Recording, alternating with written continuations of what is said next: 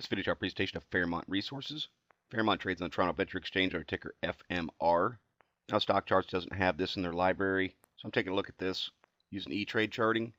I've scaled down the indicators, but what's important about this realistically is the fact that this chart's formed a base, and now over the last couple weeks is making a nice uptrend, doubled in value off the bottom at 5 cents, closed on Monday at 10.5 cents.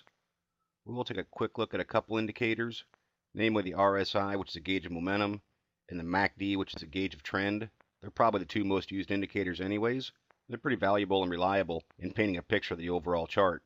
I will go back here all the way into June. You can see at the uptrend the RSI was making. Of course, we always mention we want to see it push through 50, which happens to be this center line right through here, to really shift into bull mode.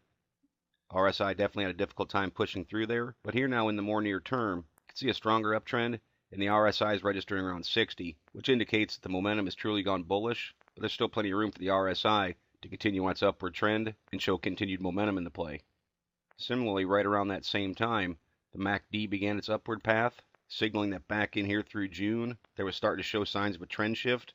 The downward pressure was ending. The trend back towards zero is called a positive divergence. That's a good signal charts can try and find a bottom. And now importantly, what I look for is for both components of the MACD, the 12 and 26 EMAs, to push their way through zero.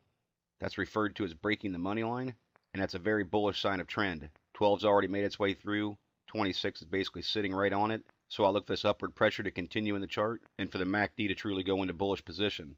See, it's a relatively thinly traded stock, a little over 100,000 shares traded on Monday. That's actually a pretty good day for it. As it makes a shift into bull mode, I'll be looking for increases in volume, at least to somewhere up around 200,000 shares. Coming back to the candles, see a nice support right there around 6 cents. That's where the bottom appears to have formed, because this chart was basically stuck in a channel with some resistance right there at a dime that it's finally pushing through. Now it's a positive sign because I don't see strong resistance coming in. You can see a little bit around 12.5 cents, but I think it's going to pick up right up there near 15 cents. 200-day moving average is there. Over the course of this 1-year chart, it served as a little bit of support and resistance. And I think that'll be a key area for it to come through and try and test the top end. Now it is notable. You can see right here, right at the very edge, the 52-week high is 24 cents, but it's literally only a couple days away from that 52-week period passing, and the 52-week high is going to shift to around 19 cents.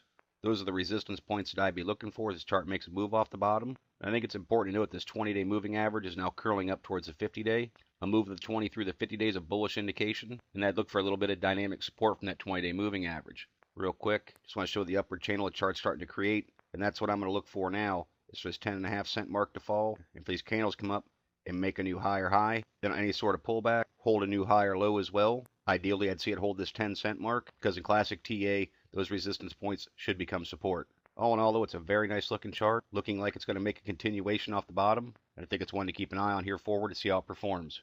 As always, it's merely my interpretation of the FMR chart. I'm not a financial consultant. Strongly encourage you to do your own proper due diligence. Consult a qualified financial advisor before making any investment decisions.